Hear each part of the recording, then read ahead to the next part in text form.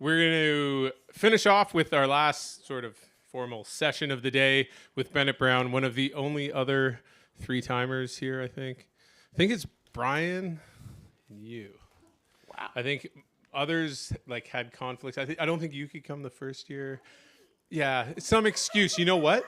Mine's fine. No. No. I also didn't have the baby. Yeah, I'll acknowledge that. No. But anyway, Bennett Brown from Iowa City School District, City School District, CSD. Community school district. Community School District, sorry. Hopefully, we've all had a chance to register with QBraid in that, because I think we're going to use that at some point today. Anyway, without further ado, take it away, Bennett. All right. Okay, so thank you. I guess I want to thank Justin. I'd like everybody to thank Justin a billion times. What a great guy. Yeah. And to all the presenters, this is a hard set of acts to be included in. I have major imposter syndrome, so I'll start there. I don't have a PhD. I'm not a professor. I was hired by a team of 70 professors who got a Convergence Accelerator grant, and I'll mention that in the About Me. But I'm not here representing QSTEAM, which is how I spoke in the last 2 years. I'm here representing the Iowa City Community School District. So I'm currently teaching grades 7 and 8, computer science and AI, and I include quantum in that. So let's Before you start, now I'm confused. Because you gave us some wonderful resources for QSTEAM, and I was going to look through them now that I have to teach the course. So does that still exist? It still exists, yes, but we're down to 0 employees, so I technically don't work for QSTEAM anymore. I was the executive director for 2 years, and now I'm a consultant. So when the money runs out, you got to get a different job, even if you keep doing the old job.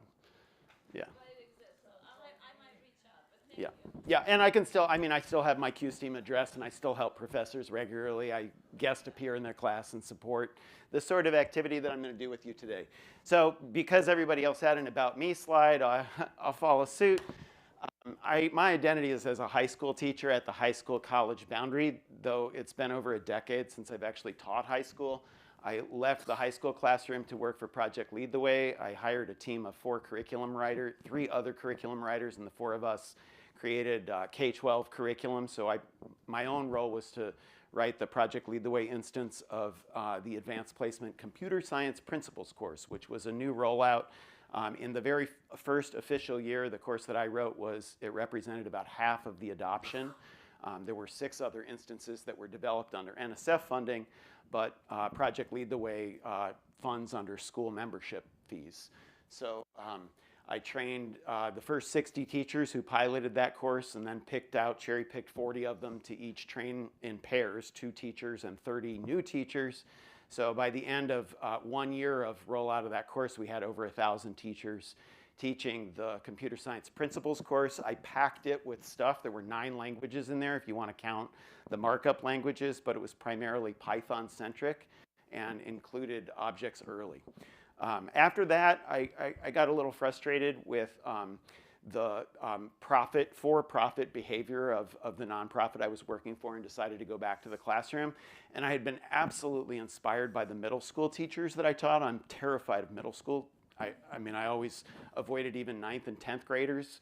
But it turns out I love it. So I did that because I was inspired by them. And then I've been hired away several times from the classroom. The first time from that school, I was hired away by a group of people that had sold their startup for $750 million. It was the largest tech ed transfer, so I was employee number 5 in that startup to write curriculum for the college engineering freshman experience to deliver that online. We had syllabi approved. I had hired instructors that were approved by the transcripting institution.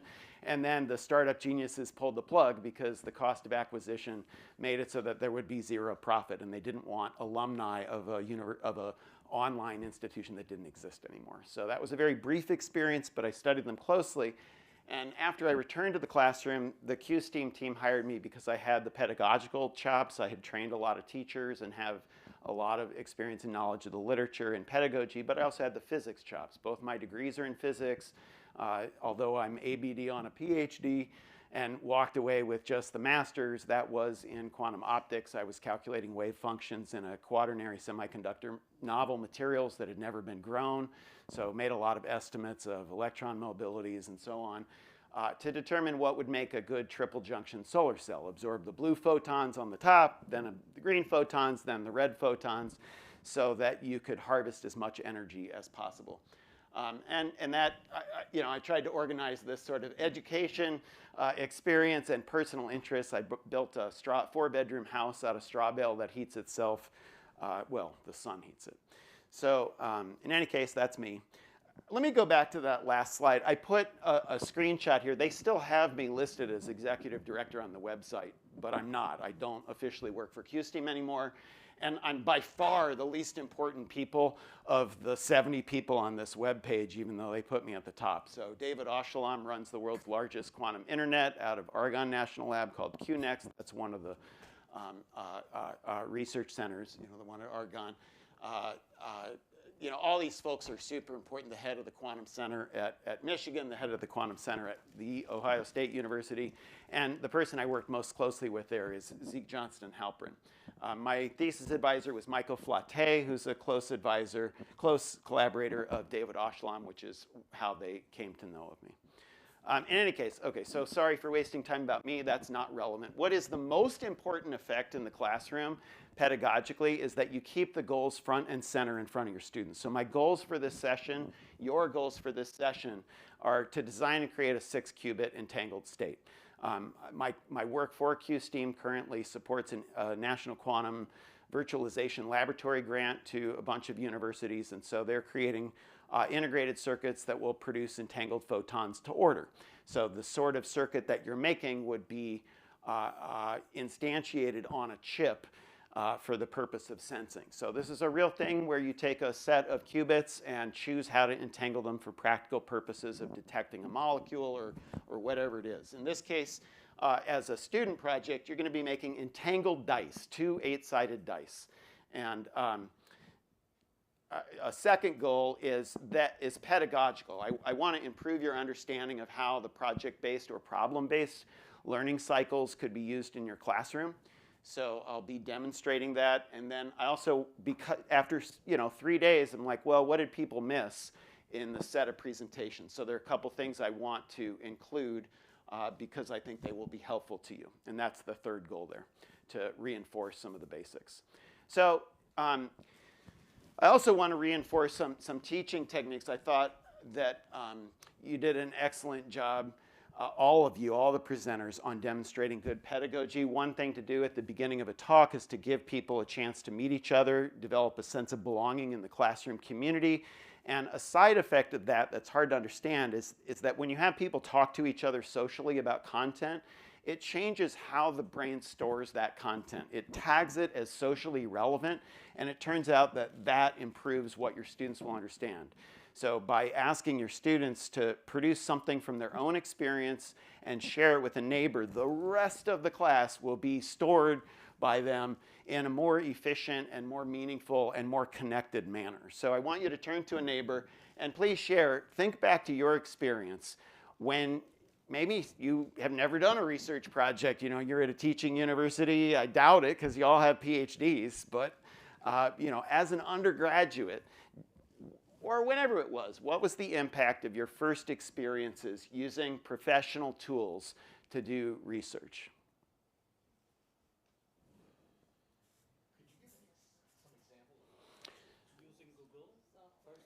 The first time you did research. I don't mean, I'm sorry, I should have been more specific. I mean hands-on research, so not online research, right? There's a great meme about vaccine research and anti-vaccine research, right? Anti-vaccine research is scrolling on the phone while you're on the toilet, So I'm talking about vaccine research kind of research. When did you first do, when you were first exposed to do this experiment and we don't know how it's going to come out? What effect did that have on you?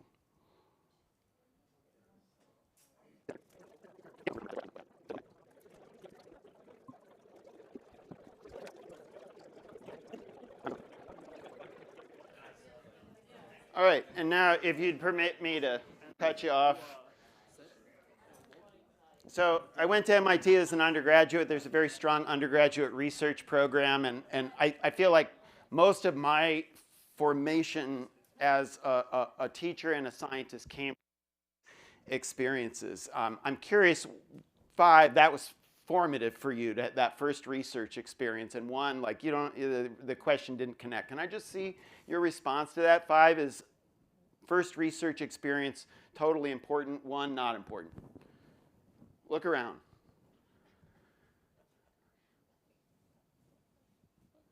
Bimodal.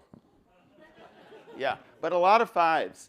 So the second question that I had on that last slide was to reflect on how introducing professional tools, professional grade tools that would equip your students to do more than what's in your class. What are the advantages and complications of that? I'm going to ask you just to think quietly for 30 seconds on that. Introducing professional tools in an undergraduate classroom, pros and cons.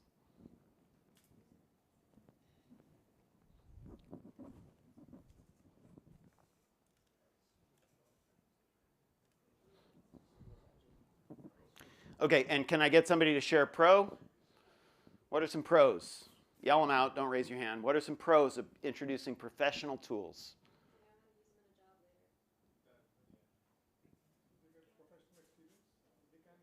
There's a mindset difference.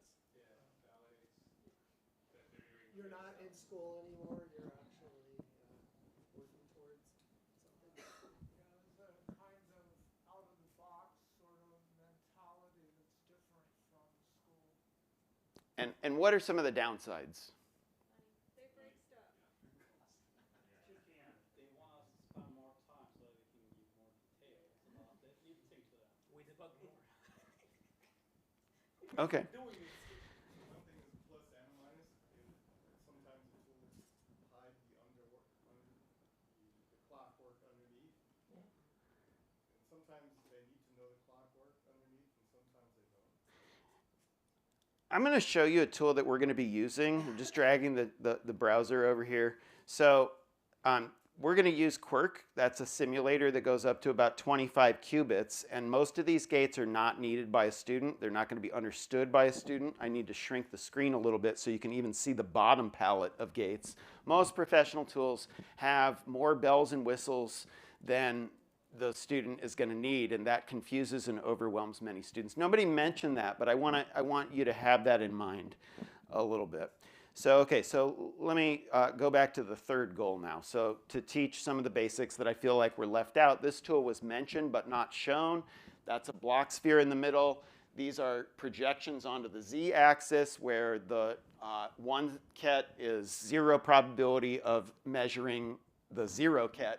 And if you're located at the 0 ket at the top of this tool, then the probability is 1. It's expressed in Cartesian as well as radial polar coordinates. And you can click on, if you're not in a PowerPoint, but instead actually looking at the tool, which I dragged off screen. I put the link in the notes here, and I'm going to upload. It's Grok the Block. If you Google that, Grok means understand in techie slang. And I'm going to go back to that tool. Where did I put it? I might have to just find it again here. I Googled it the other day. Yep. I couldn't find it, and that's why I'm asking you now. I was hoping it would give a link. Yep. It comes up with like block the movie. Block with an H. And I put the link in the notes section, and I'll share my slides. Defaults to it. So. Okay. So I want to just show you some of the things of this tool, because it's not obvious, the interface. You can click anywhere on the sphere to place a vector, and it's updating the amplitudes. You can pan the whole thing so that you can look at it at a different angle. And you can also initialize the state to the 0 ket or the 1 ket. These buttons over here are gates. So a concept that's really important is that the block sphere is for how many qubits? Okay, and so these gates, what kind of gates? This is all just 1 qubit, and we're going to be working with 6 qubits. So just to show you the X gate, right, that's what it does. down here you can change a rotation tool to be pi over 12 or pi over 8. And to demonstrate the Hadamard gate, I'm going to click sort of near the x equals z line, and very slowly, there's the Hadamard. Oh, there's not a okay. Let me show you an x gate. So you can see that this is rotating around the x-axis. Okay, I'm just repeatedly doing a 12th root of the x gate. Okay, and if I drag that so it's facing you a little better, so now the x-axis is coming out at you. This helps students understand that gates are rotations and what the gates do. So I wanted to share that tool. That was one thing that I felt like you should include that. And then there were some questions yesterday about the tensor product. And I personally found this like, oh, there are 3 different tensor products. So if you a state tensor, a state just gives you another state. It is in a larger Hilbert space, but it's a single state. And even if it's a superposition in some basis, there is a basis in which it's not a superposition. Every state can be an eigenstate of some basis. That's an important concept. When you take the tensor product of 2 operators, you get another operator. So in some sense, every circuit is simply a square matrix across the qubits that you have. And then if you tensor product 2 Hilbert spaces, that's where it's actually interesting, that you're getting a much larger space. And I'm gonna insert right here in the talk. I said I'm not an expert, right? But I think that's actually an important thing for us to be able to do in this field. This is a rapidly evolving, very interdisciplinary field. I work with experts like yourselves at R1 institutions to community colleges, and everybody's outside their comfort zone. Everybody is having to get used to standing in front of students and not only saying, I don't know to the question that the student asks, but sometimes I'm in the middle of my lecture and I suddenly realize I'm actually confused about what I'm presenting. And so I want to give you the message that from all the professors I've worked with, that it's okay. It's going to be okay. You have to do that because that's where we're at. It's too rapidly evolving a field, and we need to scale too quickly for everybody to feel like the expert in front of their classrooms. You need to teach these courses before your expertise grows sufficiently. My background for Project Lead the Way was to train shop teachers to teach trig. They had failed algebra in high school, and you can imagine, and at the same time, the math and science teachers I was teaching had no expertise in project-based learning. The shop teachers were in their area of expertise. So it's in that kind of interdisciplinary situation that community truly can grow because you need each other. So with that said, I bet this slide is wrong. I didn't have anybody proof it following the Q-STEAM process of having a series of people review it. Does anybody see something wrong, and can you explain something? I can tell from Brian's expression he's got something to say about this. No? Nothing obviously wrong to you? The set of possibilities, I don't know what that means. Well, that's verbatim. That's how Russell Ceballos, who's sort of the quantum czar for the Chicago City Colleges, likes to say it. The set of possible states. Does that make you more comfortable? As opposed to, okay. As opposed to the set of possible measurements. That's what was bugging you. Well, sometimes states are thought to have, size 1. Uh-huh. So what are the other vectors? How do you interpret those? I understand what you're saying. So a state is size 1, but the Hilbert space, for example, a single qubit lives in C2, right? Although maybe you want to say, well, it's really...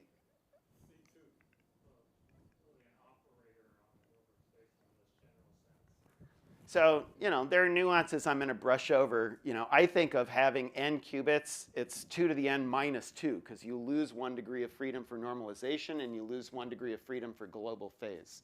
So our 3-qubit system doesn't have 8 complex variables that all are free to change, right? Really, you lose 2 degrees of freedom out of the 16 real variables. If you want to think about 8 complex numbers or 16 real numbers, and you only have 14 real numbers. And every time you add a qubit, you're doubling the number of variables available in the computer, as opposed to adding a bit doubles the number of values available for one of the variables.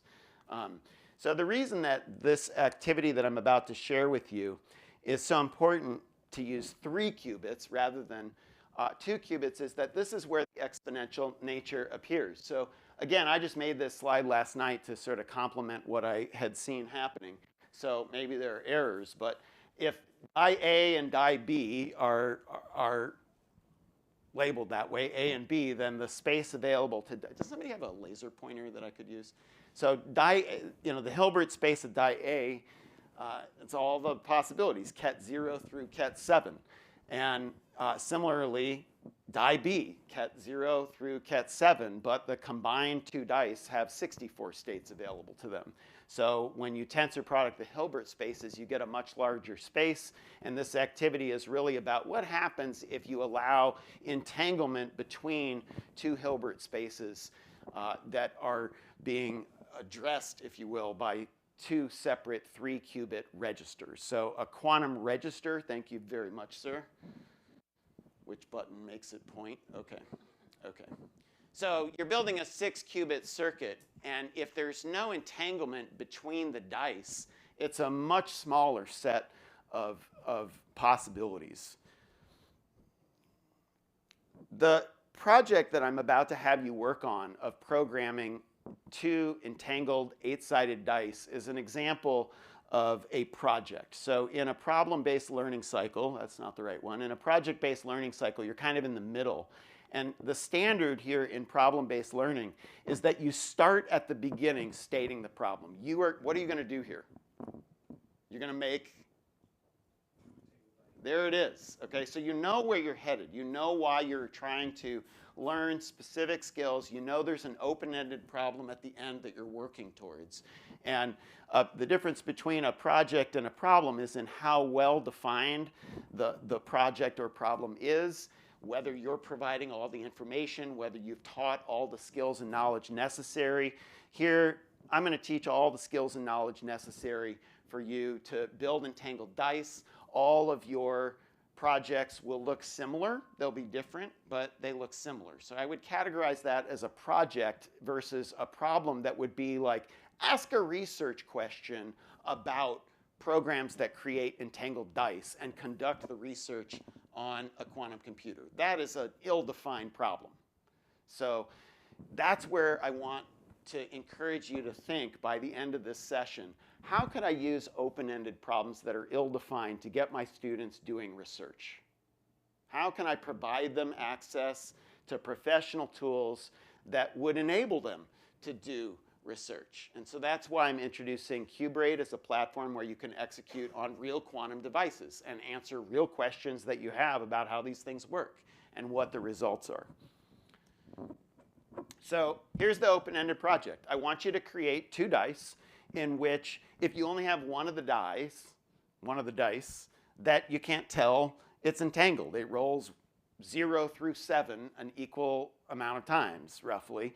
And same with the other die. But if you have both dice, you know, those are magic dice. There's something funny happening about those dice. They always roll pairs. Or maybe one always rolls even and the other odd, but could be the other way around. It's just I always get one even number and one odd number. But if I only have one die, I get all 8 possibilities on each die roughly equally. So you're going to design how is it that they are entangled. What is the connection between the 2 dice? You're going to implement it in a simulator quirk, and then you're going to implement it on a real quantum computer. So I'm going to be using Quirk, and I'm just showing you this is what it would look like in Quirk. I'm going to explain what Quirk is, but so I have this slide later. But how many squares are there? Okay, and the way this is set up is that the columns are die A and the rows are die B. So this is rolling 0, 0, 1, 1, all the way down to 7, 7 in a 6-qubit state. So this represents ket 1, 1, 1, 1, 1, 1, 7, 7. We're using these 3 qubits for the second die and the least significant bits to represent the first die. So this visualization that I'm showing you is kind of complicated and somewhat unique to Quirk, and I'll come back to what it means. I just want to point out, why does that roll a fair die? Why are 3 Hadamards? What, you know? Explain to a neighbor.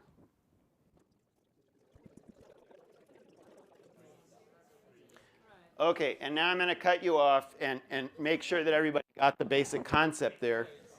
After a Hadamard, so each line is a qubit in a circuit, and on the left is the initialization. So all 3 qubits are being initialized to the 0 ket state, and a Hadamard is being applied to each qubit. There's no entanglement. This Hadamard makes what 2 states equally likely when measured in the measurement basis? Okay, so the first qubit, equal probability at 0 or 1. Second qubit, third qubit. So altogether, 0, 0, 0 is going to show up 1/8 of a time. And 0, 0, 1 and 0, 1, 0. So 0, 1, 0 is 3, is 2, right? 0, 1, 2 ket, 3 ket, 4 ket, 5 ket, 6 ket, and the 7 ket. Okay, so they're all equally likely, and that's what we call a fair die. I see a lot of puzzled looks, actually. So can I just hear what 2 questions are?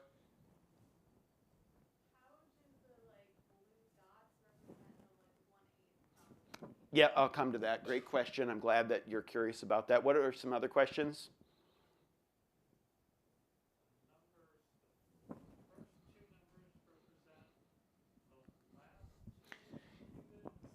Yeah, so they're.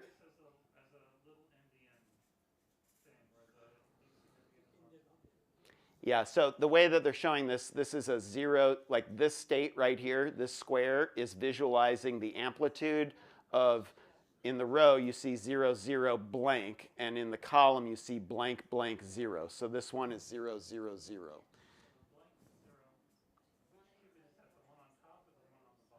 This, well, it's all 3. This visualization is of the 3 qubit register, which has 8 possible states. And it's showing the amplitude of the 0 ket, the 1 ket, the 2 ket, the 3 ket, and so on.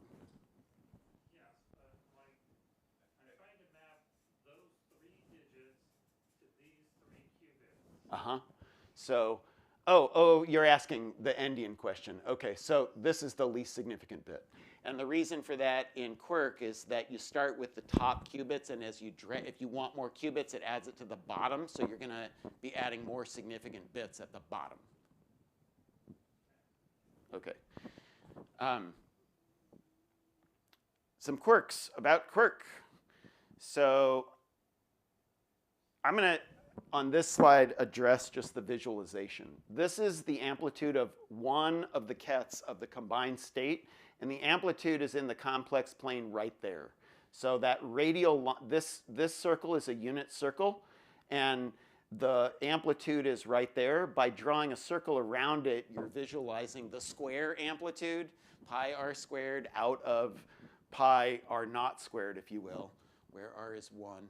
So the portion of this very gray circle there that is blue is a visualization of the probability. And the areas of these 4 add up to one of those circles. It doesn't look like that because that's not how your brains work.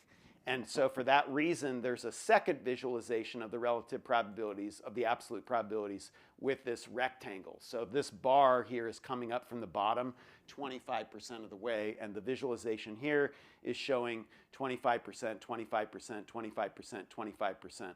So this is 1/2 times e to the I negative pi over 4, 1/2 times e to the pi over 4 I. I think I left out the I on the last one, and so on. 5, I get what the visualization is doing. 1, I don't understand what this is showing. Can I just get a feel from the audience? I'm asking you, I don't understand this visualization that it's using. And 5, I got it. Just curious because I can, okay, so just that people didn't want to respond means I need to explain that more. Okay, So you can mouse over one of these states. I'll show this live in Quirk, but I wanted it on a slide. You see that when I mouse over that it's highlighting it, it's telling me what ket it is, what that is as a binary integer, which is a downside in this project because we really want a pair of integers from 0 to 7. So you're going to have to kind of by hand, when we have 6 qubits, figure out the first 3 and the last 3 qubits. And then it's also giving you the polar coordinates and the Cartesian coordinates of the amplitude. So I'm going to shift to Quirk and just use that a little bit to help you. Quirk.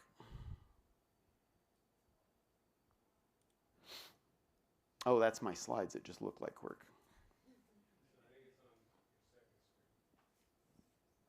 No. You think that's the slides? Oh, yeah, you're right. I see. Thank you, Justin. Okay. All right, so this is that entangled dice example that rolls pairs. And so this amplitude here, all of them have no phase. They're all just real numbers, and they're all 1 over root 8. And the way that it's visualizing it, this is the 0 ket, 1 ket, 2 ket, 3 ket. And if I mouse over that, what am I going to see? If I mouse over this one. So the amplitude, it says, is 0. And the ket that it's showing is ket 3, right? Because it's in the 4th position, and it's 0 indexed, and it says decimal 3, and it shows 6 zeros or 1s, and the last 2 bits are 1. Okay? All right, so that's Quirk. You can, some of the other peculiarities, when you first load Quirk, it only has 2 qubits. So if I clear all, it comes down to 2 qubits. This symbol right here will hold a qubit line open but not do anything, and you can drag it down 1 at a time. So now I have a 6 qubit circuit. So that's a little counterintuitive in the interface. Something I wanted to show you. I don't want you to do this. I want you to use gates if you want to change the initialization, but it is possible to change the initialization in Quirk by clicking on the initial ket. And I'm going to use that to reinforce something else that I think could have been emphasized more, which is that a Hadamard and a CNOT will create a bell pair. I'm going to just visualize the 4 states there. So this is the bell state 0, 0 plus 1, 1. And you can use Hadamard CNOT to get all 4 bell states by changing the initial conditions. So 0, 0 gives you 1 bell state, 0, 1 gives you a different bell state, 1, 1 gives you another bell state. And since there are 4 kets in the basis set from ket 0 to ket 3, how many kets do you have to have in any complete basis? You need 4 kets. So there are 4 bell states that span the space of those 2 qubits. And in an 8-sided die, how many basis states do you need? 8 basis states for 3 qubits. Do they have to be in the measurement basis? Could you use 8 basis states from some other part of the space? So you could, for instance, instead of using the basis 0, 0, 0 through 1, 1, 1, you could use plus 0 ket plus 1 ket, 0 ket minus 1 ket, and 2 ket plus 3 ket, 2 ket minus 3 ket. But you better come up with 8 orthonormal states for the basis. Okay, so coming back to the dice, I'm going to have you work through. You can find Quirk. I'm going to ask you to open a browser. If you Google ALG, the link is in the presentation, which Justin, I was unable to upload that to the shared folder. But if you Google ALG, assert, and Quirk, then you'll find it. If you don't do that, you'll never find it. You need to include ALG assert, like algorithm assertion. okay, in your terms. And what I want you to do is see if you can figure out how you achieve this particular die. So before we do entangled dice, let's just do one die. And this is an unfair die that rolls 3 half the time and rolls 7 half the time. So I'm going to give you a hint, and that hint is to write it in binary. What is ket 3? You're supposed to get 3 and 7. So what is ket 3 in terms of the 3 qubits in the measurement basis? That's right. So you're trying to get it half in that state, and okay. So keep in mind that's the top qubit, and this, and that's the ket. That's the bottom qubit.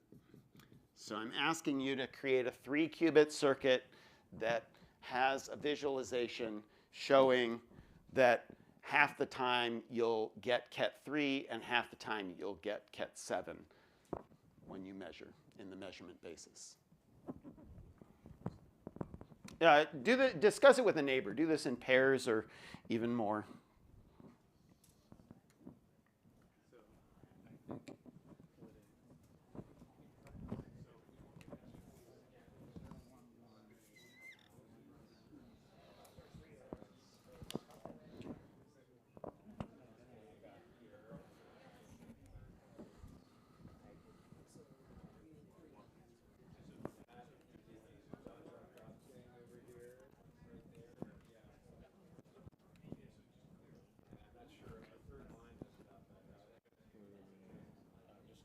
So you click Edit Circuit. And then you just drag gates from the palette onto the qubits. So because you have 4 qubits there, the visualization will look different. You're jumping ahead. Yep. I figured, just checking. You're good.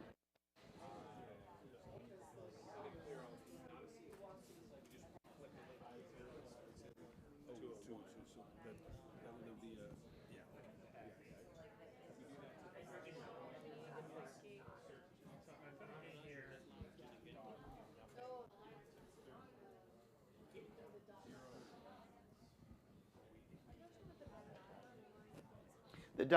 is just a placeholder. But then, like, do delete it, or do you need to just move it out? Or? Yeah, just move it out. Just drag. To clear a gate, you drag it back to the palette, anywhere off the circuit. Yep.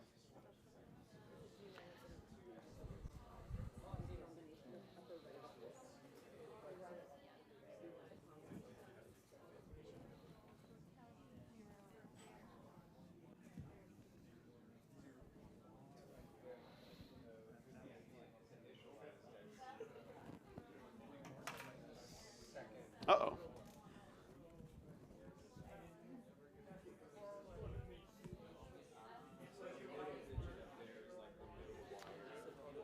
All right. So not everybody has it yet. I'm going to point out a hint. No matter what, the least significant qubit is a 1. So you want to turn that to a 1 from the initialization. What will turn the 0 to a 1?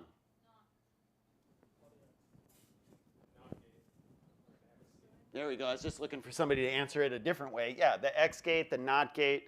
So you're just changing that to 1, period. But the most significant bit is different. It's equal chance of 0 and 1. What gate will transform a 0 ket on that qubit to something that's the plus state? That's equally likely 0 and 1.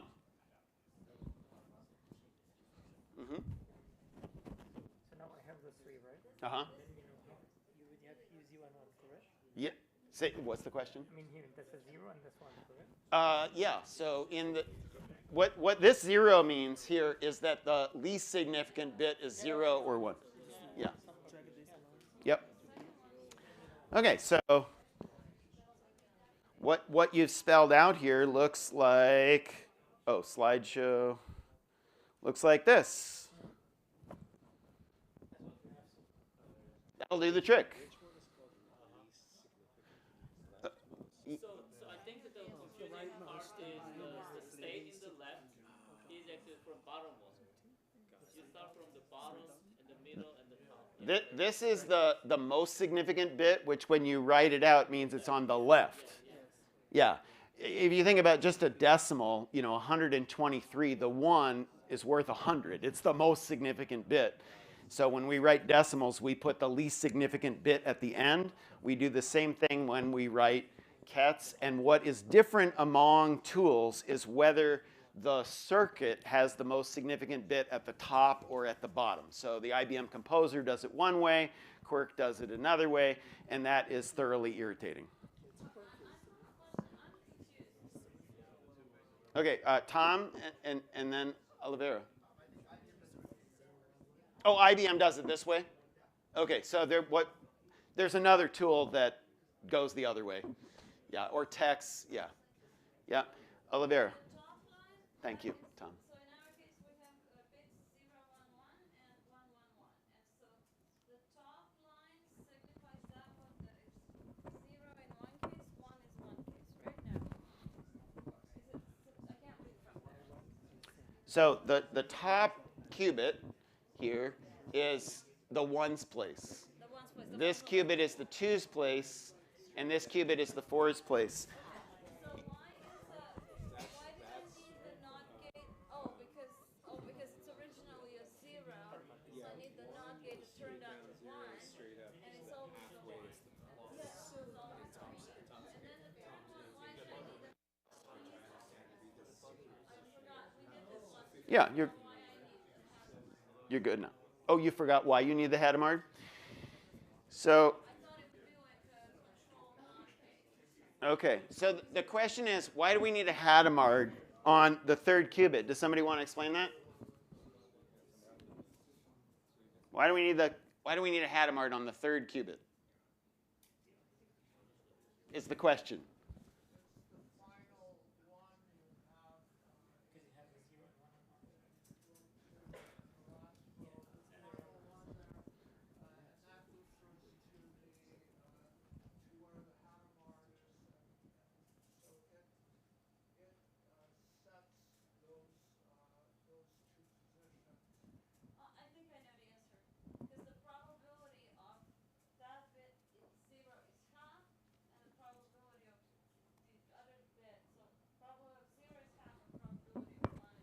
That's exactly right. And then when those are squared, so you got to take a square root out of it. Okay. So even though I'm dealing with a 3-qubit circuit, those 3 qubits are not entangled, so I can use a block sphere to visualize the state of each qubit. And so initializing at 0 like it is now, and then applying a Hadamard, the probability that I get a 0 or a 1 on that qubit are equal. Okay. What about this one? Try this one.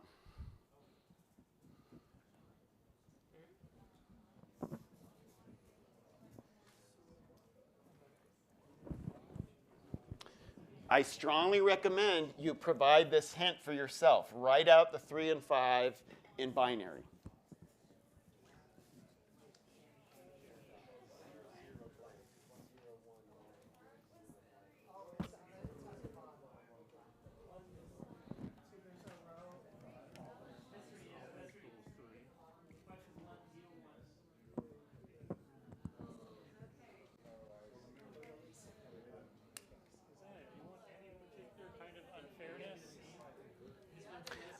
The only criteria on the project with the 2 entangled dice is that each die has to be. So I'm going to give some suggestions. No, because the criteria is individual die have to be appear fair. Oh, we're doing 2. You're going to do 2. I'm just introducing 1 die right now. Yep. Because my experience with folks is like, you got to do that. This is challenging right now.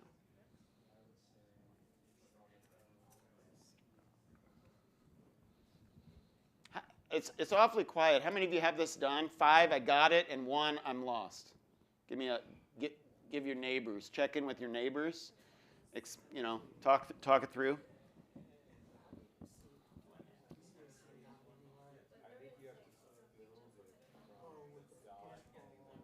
Can they see this board on the far side?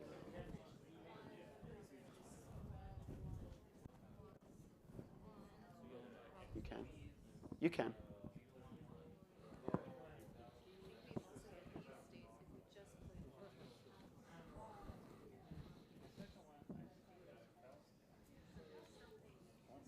Okay, I'm going to give a further hint. I'm going to draw the two states that we're after. We're looking to have equal probabilities of these two states. So think through it qubit by qubit. The fact that there are only two is a hint that how many Hadamards do you need?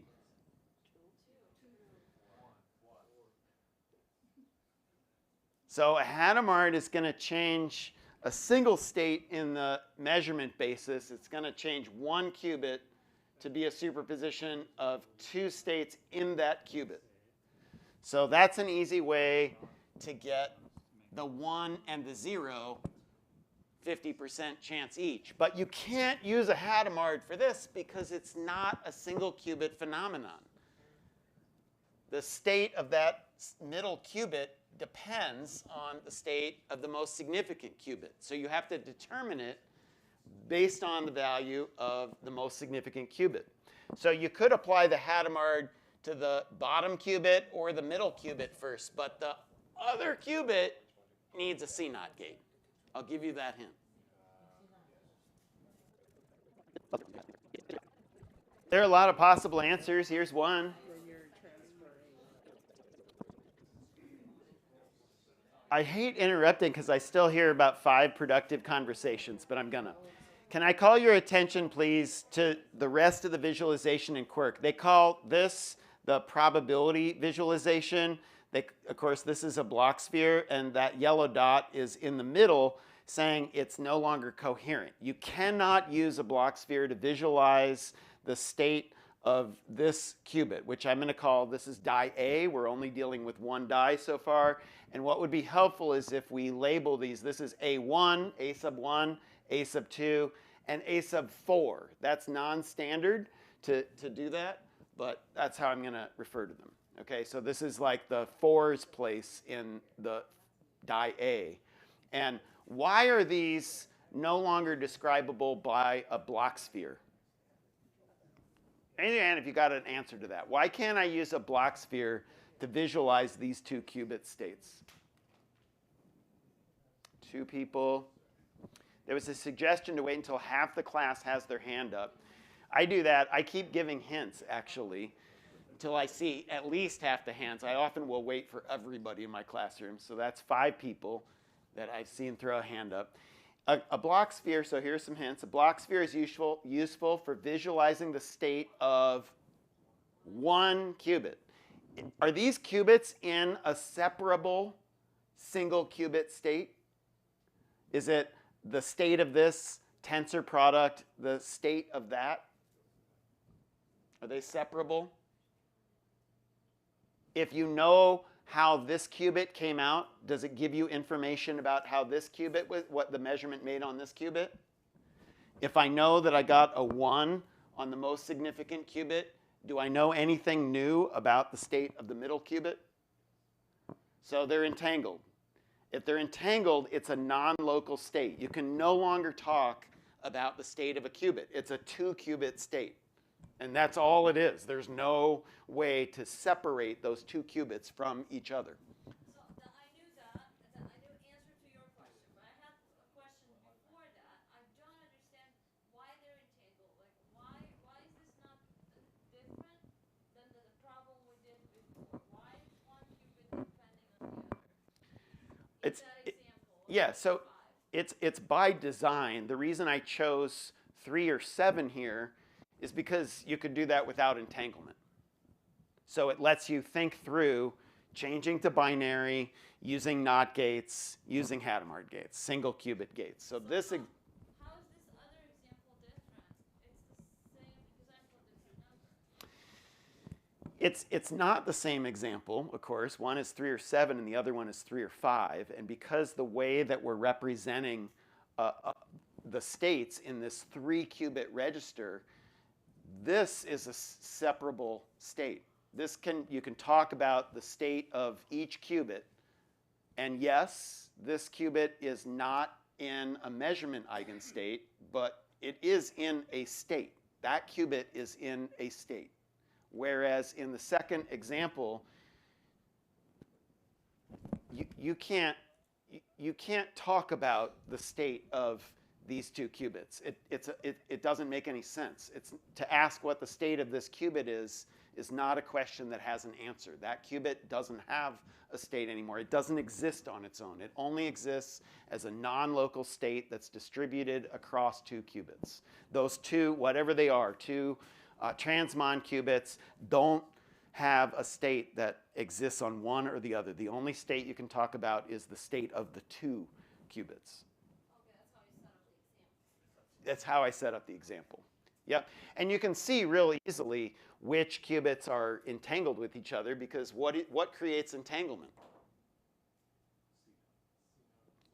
A C anything, right? It has to be a 2-qubit gate that's conditional. Conditional gates are the ones that create entanglement. Okay, questions at this point? Because that's it on the 1 die. Now we're going to go for 2 dice.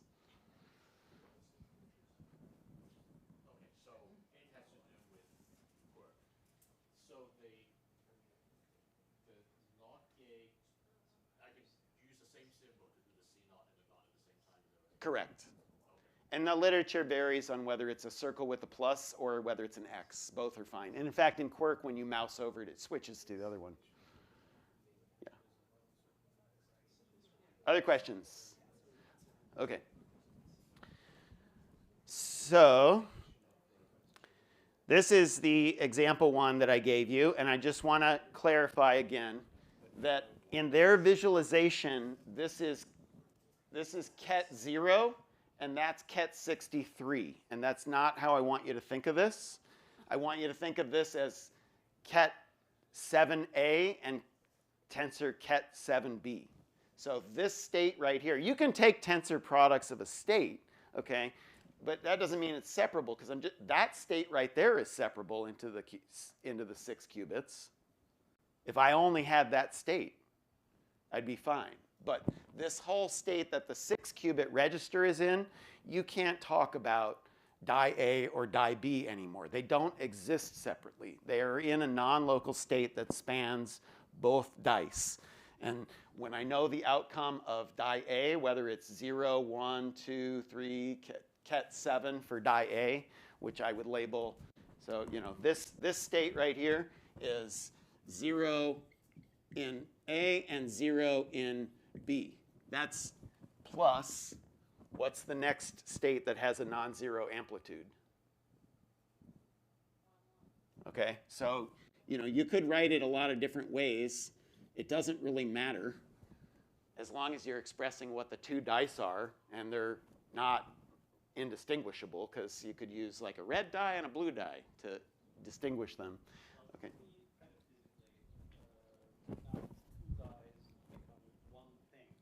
What does it mean physically? Yeah. Well, now you're into philosophy. What you just said, the 2 dice are one thing. They're entangled with each other, and you can't talk about them separately. The way I always say it is you are inaccurate if you try to describe them as individual entities. So you can't say, whether you're looking at spin or polarizations, the way I think about it is that one qubit does not have itself a well-defined polarization if it's entangled. You can't describe it that way. You have to describe the full system. When you measure it, you get more information. That's the philosophy part of it. Mathematically, it's inaccurate to describe it as a definite single qubit state. I'm just making stuff up right now on the fly, but it would be like asking, what's the mood of your left hemisphere? What do you even mean by that? My left hemisphere doesn't operate independently. Emotional state is not something that can be assigned to one neuron or half a 100 trillion or 100 billion. It just doesn't make sense. Right? What's the national policy of California? I'm going to say that again. It's another metaphor. What is the national policy of California?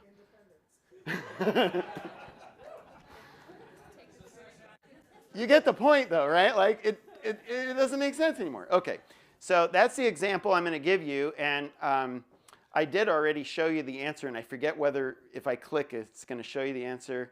Oh, yeah, okay. So I'm going to give you several examples, and then I'm going to have you design one and build it in Quirk, and then we're going to shift to the QPUs, because that's about right on time. So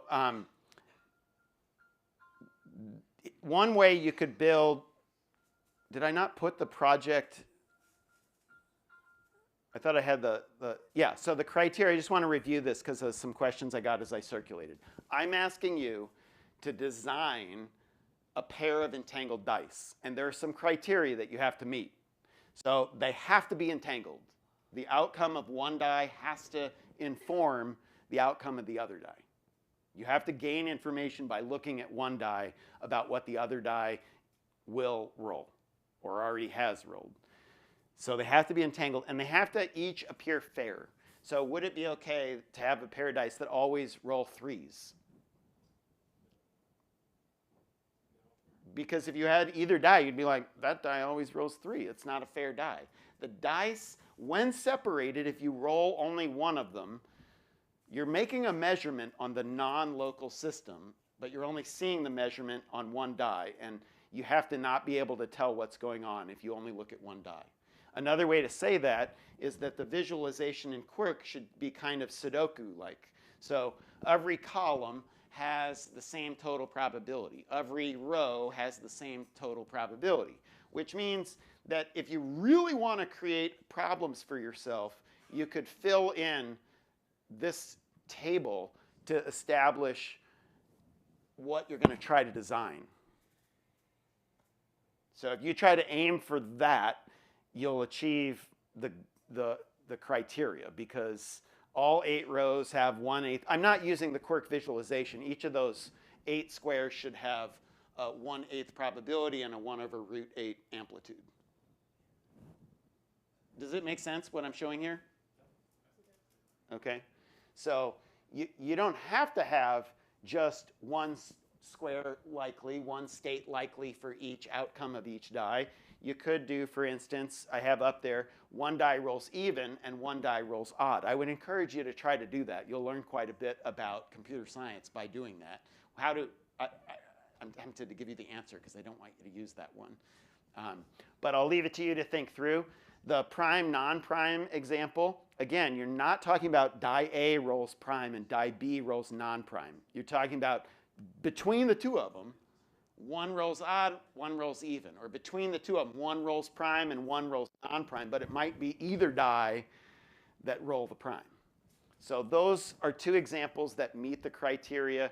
I want you to, with a partner, come up with a design expressed in words or in a graph like that. That would be okay. What is it you're going to try to build as a 6-qubit register? 5, the directions are clear. 1, I don't understand what you mean.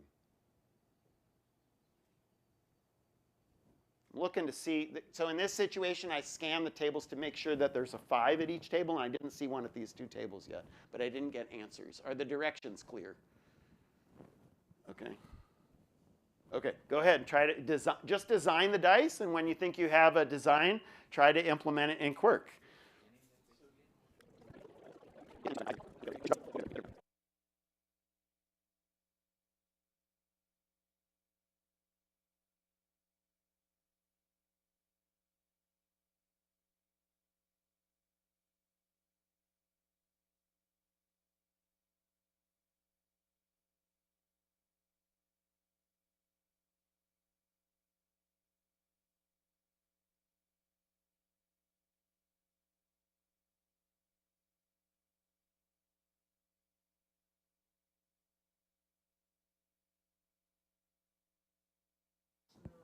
I hate to cut you off because I see that most groups are still having productive conversation.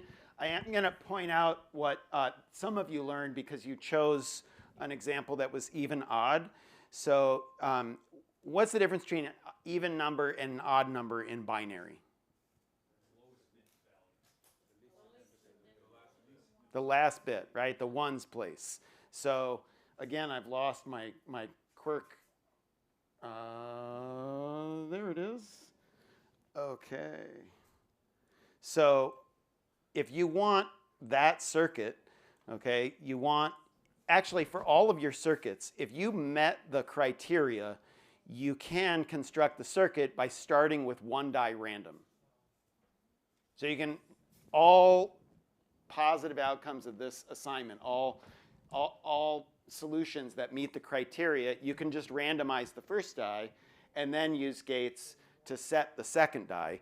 In the case of the even odd, you want a random 2's place and 4's place, but you want the 1's place to be opposite. So a C naught gate like that gets you 1 even and 1 odd by making the 1's place of the first die, which is this qubit, okay, that's random, but the 1's place is opposite of the 1's place of the second die. If you continue working through this, you're going to discover a couple of things that I'm going to point out now so that they're more discoveries rather than stumbling blocks. One is that you need an ancilla for a lot of designs. You need another qubit to store information about some part of die A so that you can have more information about die A before you change something in die B. The other piece of it is that when sometimes you have to do an operation to get the information you want out of die A, and then you have to do a C naught and then undo the operation. So a very common pattern in quantum algorithms is something that looks like this, where you have, say, a Hadamard before that and a Hadamard after that, so that you're undoing whatever it is that you did to change something.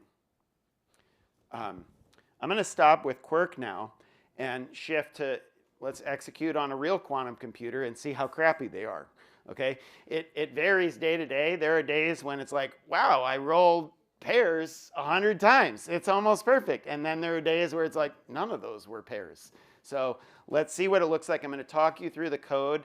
I will say that I uploaded the starter code that rolls pairs to the shared drive as well as these slides. And so in QBraid, let's see. We start with that one. So I'm going to give you a quick tour of QBraid. I do want to plug QBraid as well as say, I don't get any money from them. I believe in what they're doing, and I believe in the people. And that platform aims to access all the quantum processors and be platform agnostic. So in my search as a curriculum writer, okay, I want a professional tool, but I don't want to be allegiant to IBM or Google or whoever. So that's why I chose QBraid. Kanav, the CEO of that startup, has a PhD in quantum chemistry, and most of their work is not in education. They paired with us, QSteam, for education, but mostly they're consultants for a wide variety of companies that hire them to write quantum algorithms so they can start exploring the space and using quantum computers. So this is the real deal. Also, QBraid is used now in most of the hackathons. The MIT hackathon quit having its own platform and started using QBraid. So they're kind of the platform of choice of people that aren't from some particular company or have an attachment to a particular type of qubit. So I want to point out, first of all, on the left side menu, you can integrate with Git. You can look at your files. You see that I've got the 4 courses here for QSteam Course 2, right? But I'm not here to talk about QSteam. On the right side, under devices, I just want to point out, like right now, you could run stuff on a Quera QPU. That's a neutral atom, cold atom. You can run on IonQ. That's a trapped atom. You can run on Rigetti or IBM IQM. I'm not sure what kind of, it's superconducting. Okay, and it has 20 qubits, and it's not currently online, but it will be in 9 hours. And the way that I access it is through the bracket library. So I'm going to import an environment that will let me execute on the QPU that I need. The idea of QBraid is write once, execute on lots of different QPUs, so they transpile to the languages of the other QPUs. So in this, I'm just going to show you. I dragged the wrong window over. Sorry. Not a big deal. Oh, I dragged the whole window over. Okay, that's good. So The line that I have highlighted is the key line. That's the only line where you're actually constructing the circuit. And I want to give a mea culpa. I had this annotated much better with Markdown. So the code that I'm giving you, I like pasted it into QBraid's current version of how to use their platform. They upgraded something. Okay, let me just move my file. But I had to move the key parts and not the whole thing just because of the time. So anyway, I want to talk you through just that piece because I know not everybody knows object-oriented programming. So by convention, when you have a capital letter at the beginning of a function, which I can tell that that's a function because of the parentheses, that's going to construct an object that's defined in the library that I imported it from. So the bracket library, that's an Amazon. Go ahead. So I went to the QBraid page. I can't seem to get to where you are right. Great. Yeah. I will give you credits once you've joined. Once you've joined, gotten to QBraid, you're going to have to choose start the free version and then launch lab. So there's two different pages. One has the Jupyter Notebook and access to all the devices, and the other one, it's more like your account information and a list of your files. Even though you can't open the files there, you got to go into lab to open them.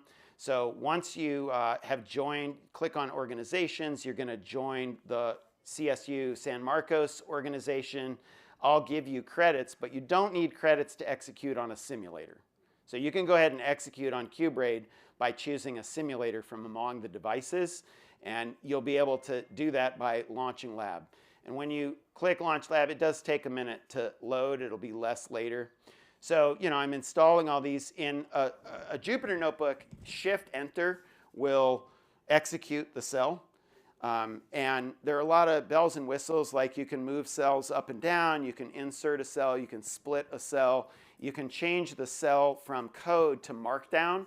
So you can create explanatory notebooks for your students. You can insert images, you can insert frames that go to other web pages like Quirk. The example I've given you is just straight up Python with, I think there's only one Markdown cell.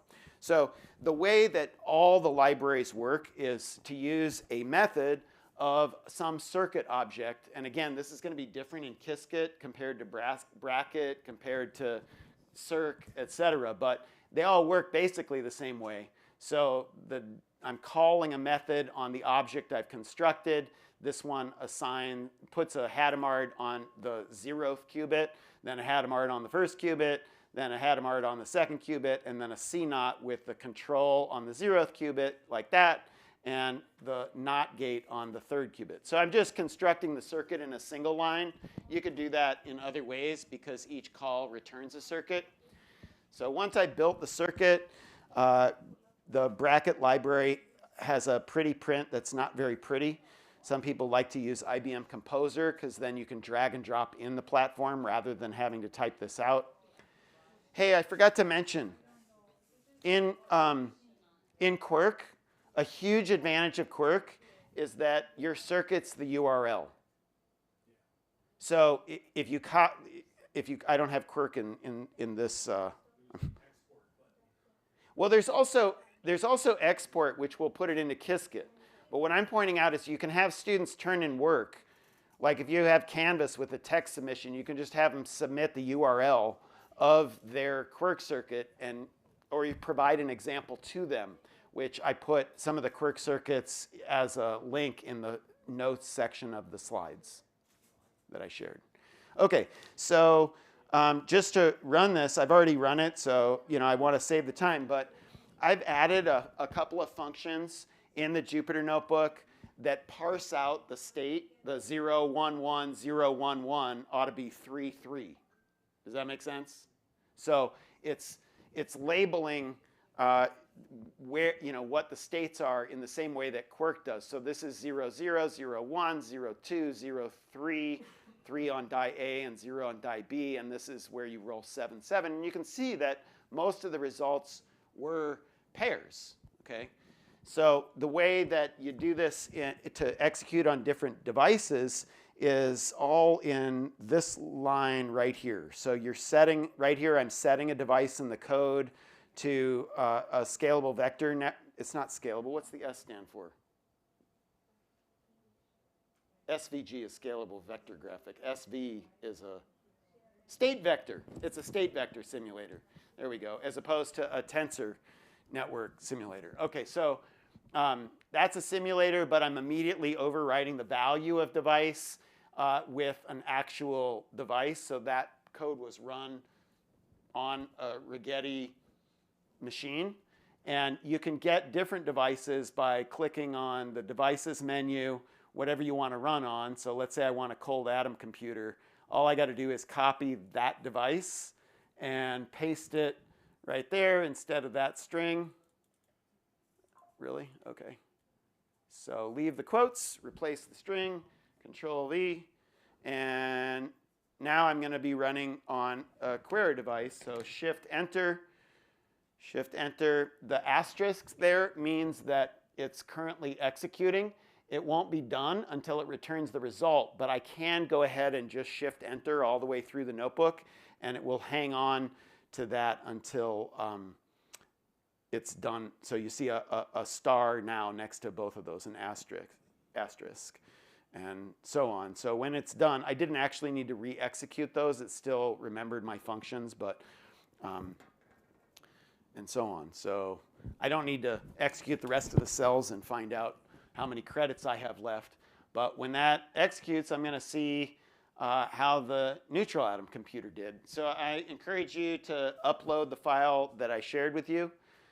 You can do that with this button right here, and then modify it to be your quantum dice circuit that you designed, and run it on a real quantum computer of your choice.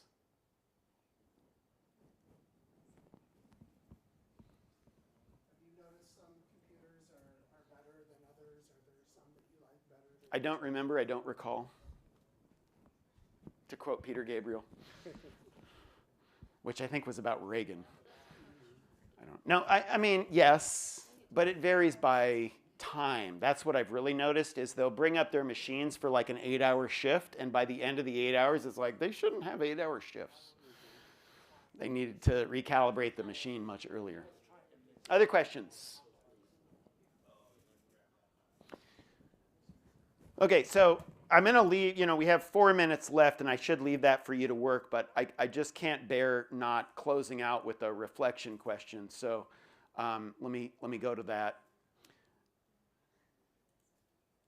Okay, that's what I explained. Yes, I covered that. In this, let me point out, I got the link to the starter code there. So that's in a GitHub repo that's public. And then you do have to click the start right there before you can launch lab. So you're starting the virtual machine to do that. Join the organization and launch lab. So where I want to end is like, okay, I started out the goals. What are the goals of the session? Okay, you always want to keep the goals front and center and keep the feedback going back and forth. That's the second biggest effect. If you've never read Visible Learning, I encourage you to get a copy of that. It's a collection of, I don't know, like 1,000 meta-studies on education and spells out all the different things and what the effect sizes are. It's a very interesting set of work. And looking at the goals throughout is the biggest effect size, but providing a continuous stream of feedback between instructor and student is the second largest effect size. So, whoops, that's not the right slide. That's the slide I was looking at. So, did you design and create an entangled 6-qubit circuit? Okay. You only created it, really, if you, the simulator doesn't create any entanglement, right? So you simulated it. But I think I equipped you so that you could now create that state, okay? And I think we very little have done the second objective. So how could you, in your class, without eating a lot of class time, provide students what I like to call remove the ceiling. Those are the two principles of inclusive high-power education. Ground level entry, every student with no background knowledge should have access to what you're trying to teach. Let everybody in. Earlier there was the question about like why calculus as a prerequisite. There's pretty good evidence that that is the gatekeeper class. So unless that's really necessary, I'm going to stake an opinion here. Don't make calculus a prerequisite. You might get the right kind of students, but maybe your gain is better if you get the wrong kind of students and turn them into the right kind of students. So I very much appreciate what you're trying to do to raise rigor, and at the same time trying to provide the other viewpoint. I hope that I'm really grateful for your presentation, as well as the work that you're doing, which at your institution probably completely makes sense to require calculus. But I did, what this does is take the ceiling off.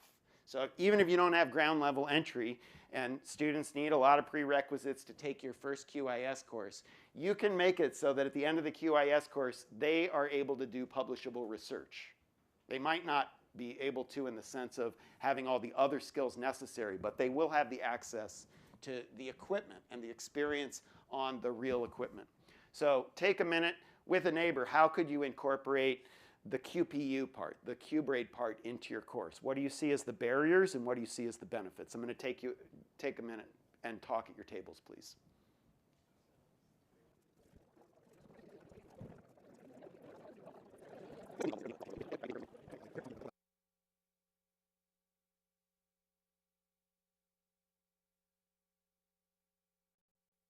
I want to end on time, and I want to close with the last slide that I left up here, which is some student questions. I don't think these are the best ones, and I don't necessarily think they're well defined, but these are things that students have asked, like, could I do research on such and such, okay? And then there are also questions there that lead into more advanced linear algebra concepts. So, you can ask questions that already have an answer, but, well, I don't need to sell this. Those are my ideas. Take it or leave it,